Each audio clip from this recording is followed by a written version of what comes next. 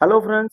हम आपको आज दिखाते हैं छोटा कोल्ड स्टोर का एक आउटडोर है जो उसमें कस्टमर द्वारा बताया गया कि इसका कंप्रेसर खराब है। तो इसमें हम खोल के चेक करते हैं। इसका जो फिन्स है वो भी ठीक ठाक है, एकदम ब्लॉक नहीं है।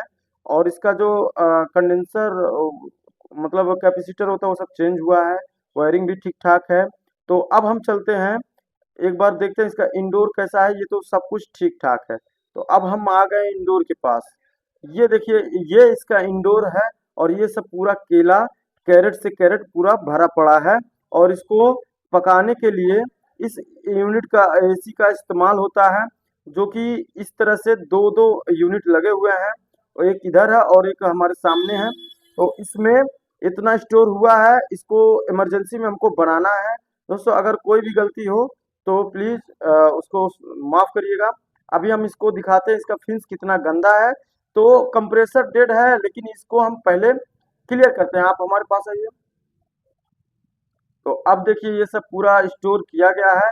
अगर एसी ना रहे तो केला सड़ जाएगा और अच्छे से पकेगा नहीं। तो ये देखिए, ये सब जो डस्ट है वो केले में काफी डस्ट आता रहता है खोलने बंद करने पे। तो इसमें एयर फिल्टर नहीं होता है, जिसके द्वारा ये केले को पकाते पका चलता है जब, तो ये काफी जितना भी रूम में डस्ट होता है वो सब खींच के फंस जाता है।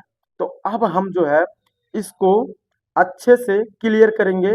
और ये जो केला है इसको जल्दी से पकाया जाए, इसलिए हम जल्दी से इसको चालू करने की कोशिश करेंगे। तो चलिए, अब जो है हम इसको क्लियर करते हैं। ओके। तो इसको प्रेशर को हम पहले सेट कर लेते हैं कि हमारा कौन सा प्रेशर रहेगा, फिन्स ना मुड़े और अच्छे से आर पार क्लियर हो जाए। ठीक है। प्रेशर को बनाने के बाद अब देखिए, इसको हम मारेंगे और ये पूरा क्लियर करके उसके बाद हम आउटडोर के पास चलेंगे। दोस्तों, इसको अगर जब भी सर्विस करें रिपेयर करें तो इसको चेक करते रहें, क्योंकि इसमें फिल्टर नहीं होता है। और इसको अच्छे से रिपेयर करने के बाद साफ भी करें। ये देखिए दोस्तों, ये हमारा आउटडोर है।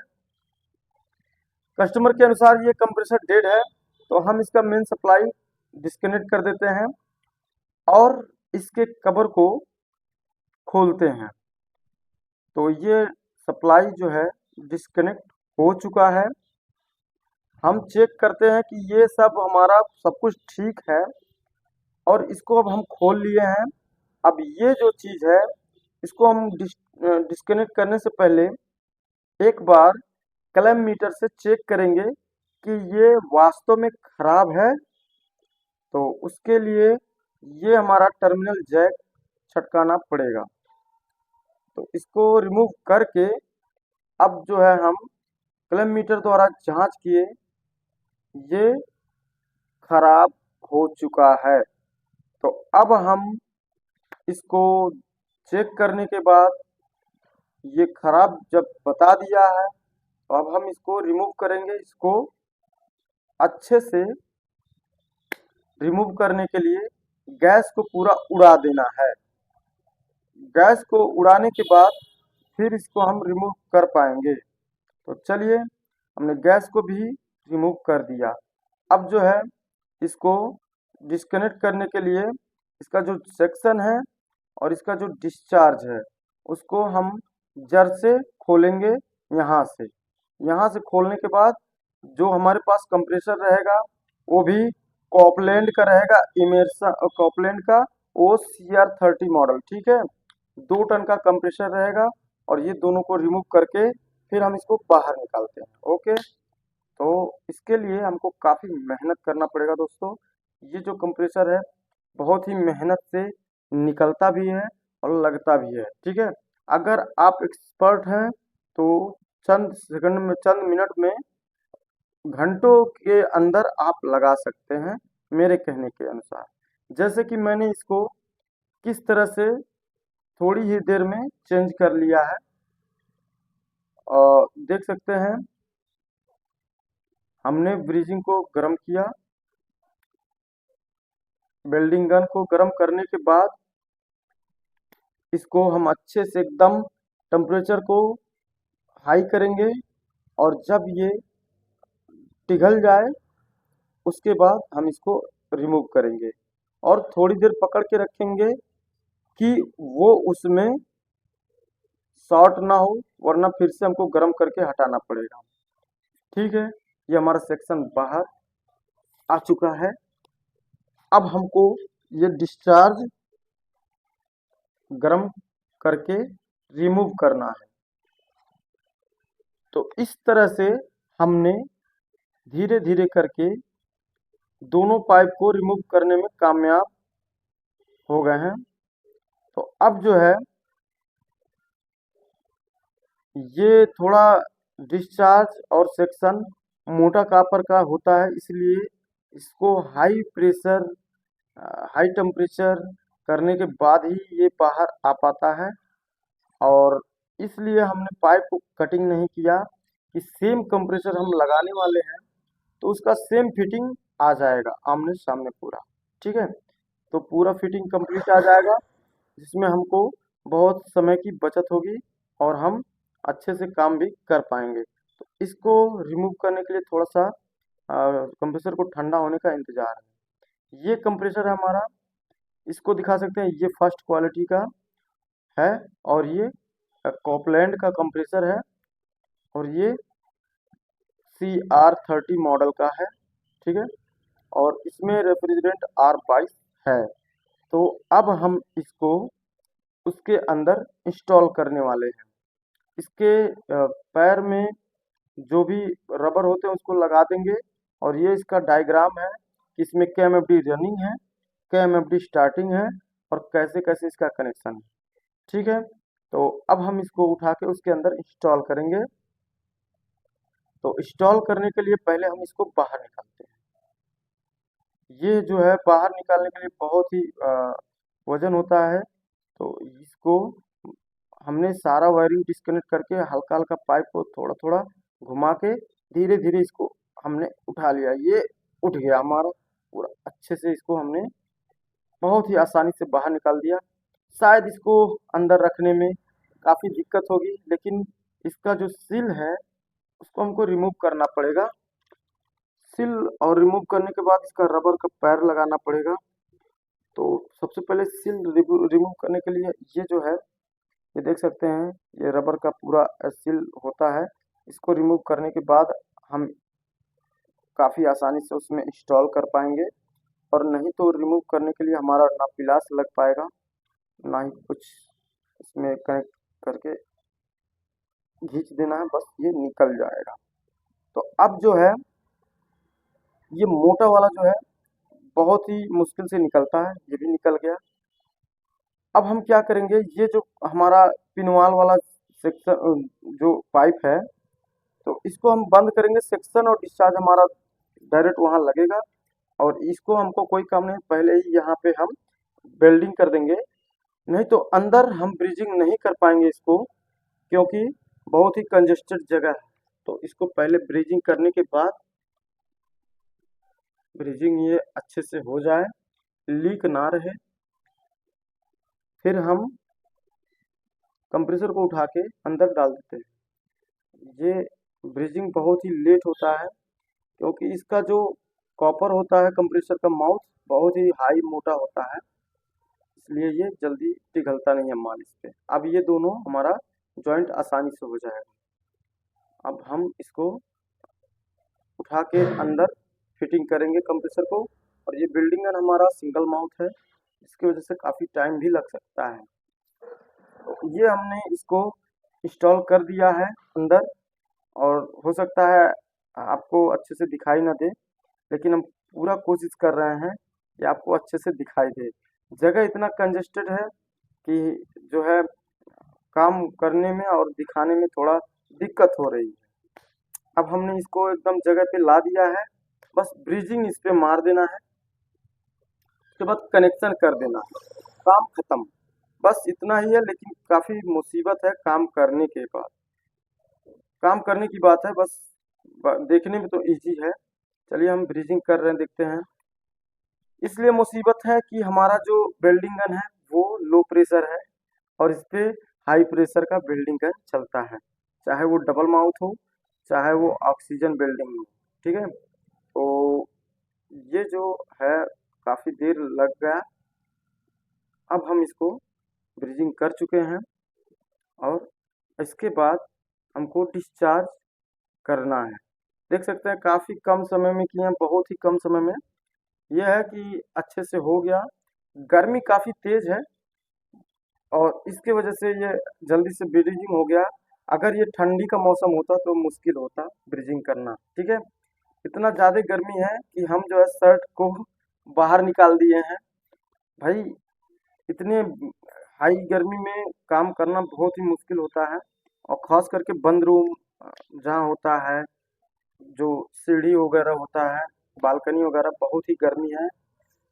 इसलिए काम करने में और स्पेस कम है, काम करने में काफ़ी दिक्कत हो रही है। तो इसलिए हमने शर्ट को निकाल दिया है। अब जो है ये हमारा ये वाला भी डिस्चार्ज भी ब्रीजिंग हो चुका। अब हम अपने काम में लगभग लगभग 50% सफल हो चुके हैं। 50 से ज़्यादा सफल हो चुके हैं। बस इसके बाद हमको वैक्यूम करना है, सारे कवर को फिट करना है और ध्यान पूर्वक गैस चार्जिंग करना है। क्योंकि गैस चार्जिंग एक ऐसा मोड है, अगर कूलिंग नहीं आया पूरा काम बेकार हो जाएगा, काफ़ी हद तक नुकसान हो जाएगा। चोक से बचना भी है, क्योंकि इसमें जो ड्रायर फिल्टर के पास कैपिलरी लगी हुई है, हमने उसको चेंज नहीं किया है। और ये जो है बहुत ही मुश्किल से देख सकते हैं, काफ़ी टाइम डिस्चार्ज में लग गया। हमने सेक्शन को तुरंत ही ब्रीजिंग कर दिया है। तो ये भी हमारा हो गया काफ़ी देर के बाद।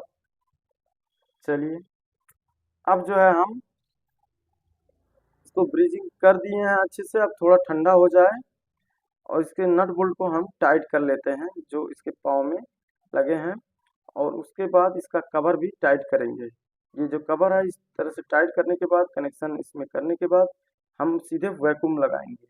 तो इस तरह से इसको, ये जो इसका कनेक्शन है, पहले जो हमारा कॉमन है वो हम कॉमन में लगा देंगे, क्योंकि इधर हमको दिख रहा है ये वाइट वाला हमारा कॉमन है और ये ब्लैक वाला हमारा रनिंग है और ये रेड वाला हमारा स्टार्टिंग इसमें बनाया गया है।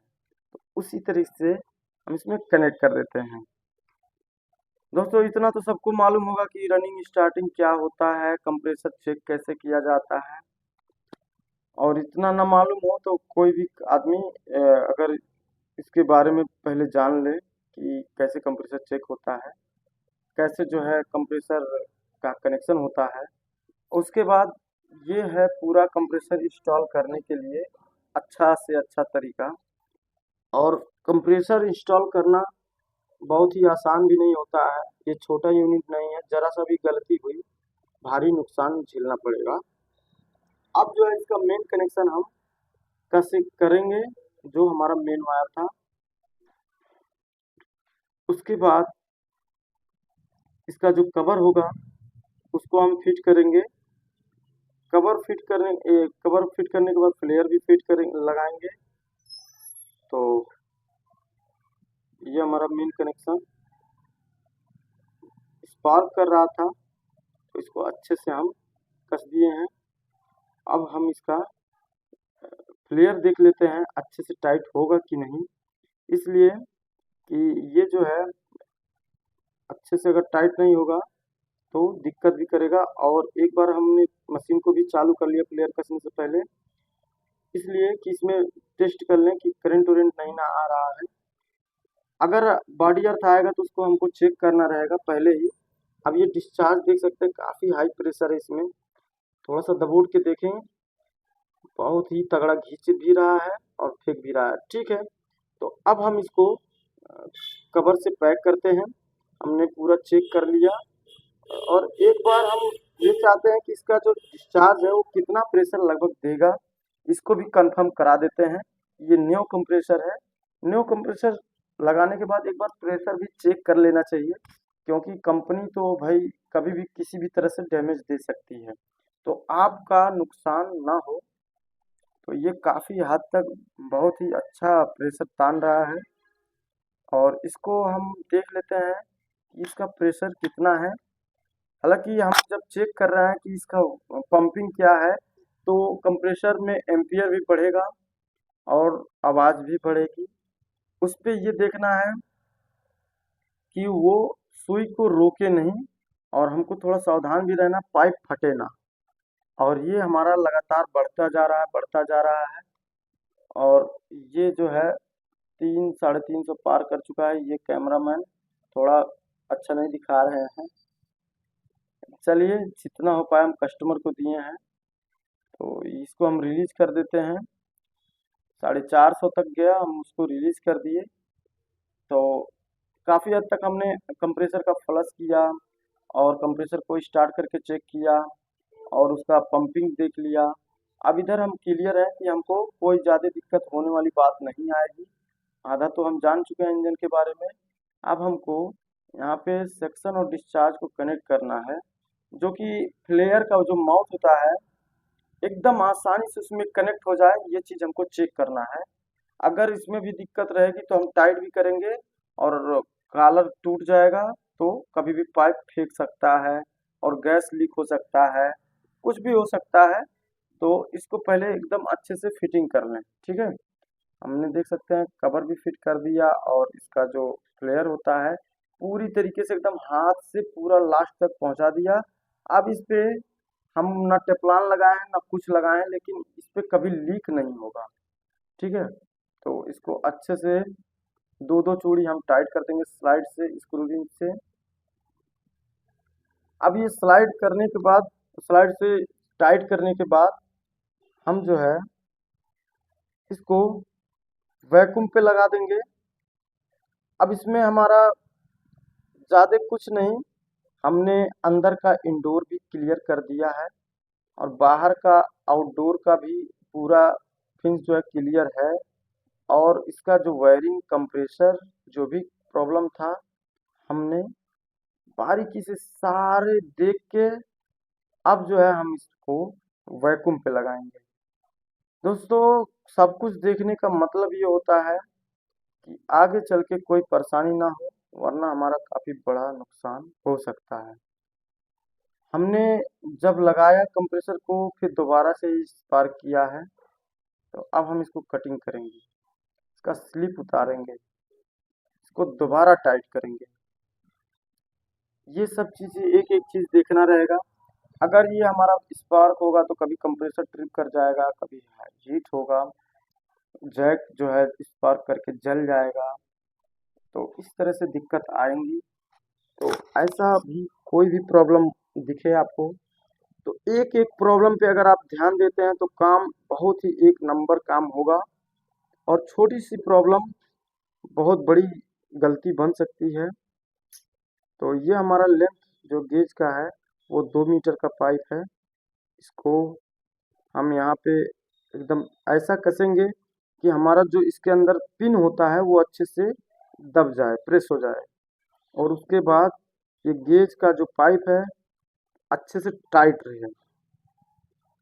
अब ये इतना देखने के बाद ये हमारा टाइट हो चुका है। अब इसके बाद हम जो है वैक्यूम पंप को इसमें कनेक्ट करेंगे। तो ये रहा हमारा वैक्यूम पंप। अब इसमें कनेक्ट करने के बाद इसको अच्छे से कनेक्ट करें, जरा सा भी लूज नहीं रहना चाहिए। इसको आधा घंटा हम वैक्यूम करेंगे, हमारा हाई साइड बंद रहेगा, और ये वैक्यूम हमारा चालू हो चुका है।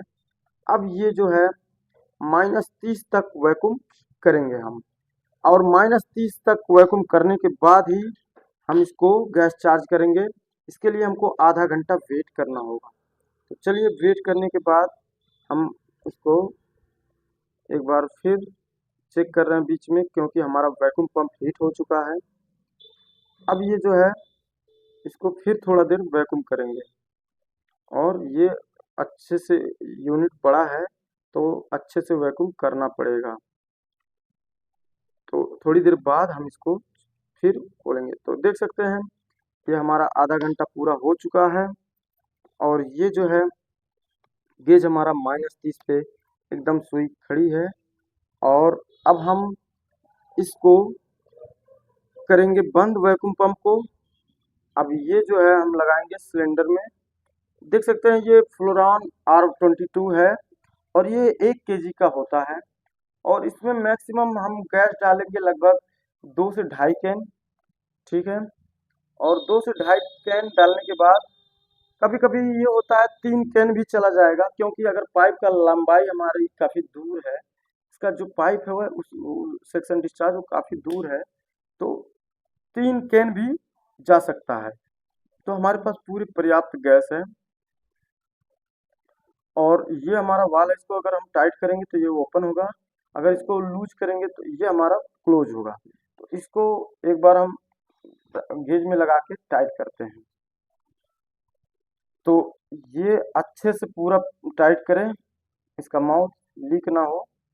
अब हम इसको एक बार सिलेंडर को टाइट करेंगे और ये ओपन हो गया। थोड़ा सा रेड साइड की तरफ से खोलेंगे और जो पीले पाइप में ऑक्सीजन होगा वो बाहर चला जाएगा। थोड़ा सा खोले, खुल गया, ऑक्सीजन निकल गया। अब हम इसको चार्ज करते हैं पूरा 1 कैन, अच्छे से ये चला जाए इसके अंदर। उसके बाद इसको हम चालू करेंगे, देखते हैं कितना जाता है। और जहाँ तक है ये, इसमें जब कुछ प्रेशर होगा तो हम थोड़ा सा झाग लगा के फ्लेयर पे देख भी लेंगे, क्योंकि ज़्यादा कॉन्फिडेंस से काम करना भी कभी कभी गलत हो जाता है। अगर लीक हो गया तो नुकसान भारी होगा। तो हमारा प्रेशर लगभग लगभग 30-40 गया है, थोड़ा और बढ़ाएंगे। अब हमको डाउट है कि हम जल्दी से यहाँ पे लीक चेक करें और इसको थोड़ा देर बंद रखें। और हमारे पास है थोड़ा शैम्पू, वो भी डब वाला। और हम जो है ब्रीजिंग की जहाँ करते हैं उसको अच्छे से पहले ही टेस्ट कर लेते हैं। दोबारा से हमको डाउट रहता है तो सेक्शन डिस्चार्ज फ्लेयर नट पे, ठीक है। तो यहाँ पे हम अच्छे से इसको चेक करेंगे। हालांकि हम ज़्यादा देर तक आप लोगों को नहीं दिखाएंगे, लेकिन काफ़ी देर तक इसको चेक करेंगे। और अगर कहीं होगा तो बबल्स बहुत बड़ा बड़ा निकलेगा, अगर बहुत माइनर होगा तो बहुत छोटा छोटा बबल्स निकलेगा। तो हम इसको थोड़ी देर वेट करके चेक कर लेंगे। तो ये हमने इधर चेक कर लिया अच्छे से। अब हम एक बार सेक्शन और डिस्चार्ज पे देख लेंगे। ऊपर से हमारा पाइप दिख रहा है, तो इस पे हम देख ले रहे हैं। तो यहाँ पे भी थोड़ा टाइम लगाएंगे और टाइम लगाने के बाद अच्छे से देख लेंगे। फिर हम बेस, क्योंकि कंप्रेसर में अगर लीक हो जाएगा तो हम पूरे गैस को उड़ाना पड़ेगा हमको। तो हम अच्छे से देख लिए कहीं भी लीक नहीं है, इसको अब खोलते हैं, अब पूरा गैस जाने देंगे। अब जो है एसी को हम चालू करवाएंगे, गैस हमारा जा रहा है। तो अभी ये इसमें सब जीरो मीटर भी लगा है टेम्परेचर सेट करने के लिए। तो वो जो है थोड़ी देर बाद चालू करता है। अब देख सकते हैं ये चालू हो गया है और ये 4 एम्पियर ले रहा है। तो और हम गैस को बढ़ाएंगे। तो गैस को लगभग लगभग 2 कैन डालने के बाद उसके बाद धीरे धीरे हम चार्ज करेंगे। हमने थोड़ा दूरी भी बना लिया, क्योंकि जब से हम R410 और 32 डालते डालते सभी गैस से डर लगता है। हालांकि 22 नंबर जल्दी ब्लास्ट नहीं करता है, लेकिन अब दूरी बनाना ही हमको अच्छा लगता है। अब जो है ये हमारा गैस काफ़ी लगभग 30-40 पाउंड चला गया है बैक प्रेशर। अब हम इसको कुछ नहीं करेंगे, थोड़ा धीरे धीरे गैस को रिलीज करेंगे। यहाँ देख सकते हैं काफ़ी हद तक लिक्विड जा रहा है। और अब हम कोशिश करेंगे कि हम गैस को थोड़ा धीरे धीरे चार्ज करें। अब गैस डालने में 1 कैन हमारा पूरा, दूसरा कैन हमारा मतलब चला गया है, दूसरा कैन चला गया है। अब ये हम जो है ये कैन खोलेंगे। अब दूसरा कैन हम लगाएंगे। वाल को हमने लूज कर लिया। अब इसमें कनेक्ट करेंगे और उसके बाद फिर से गेज के पाइप में कनेक्ट करेंगे और फिर से एयर को निकालेंगे। तो अच्छे से कनेक्ट करना है।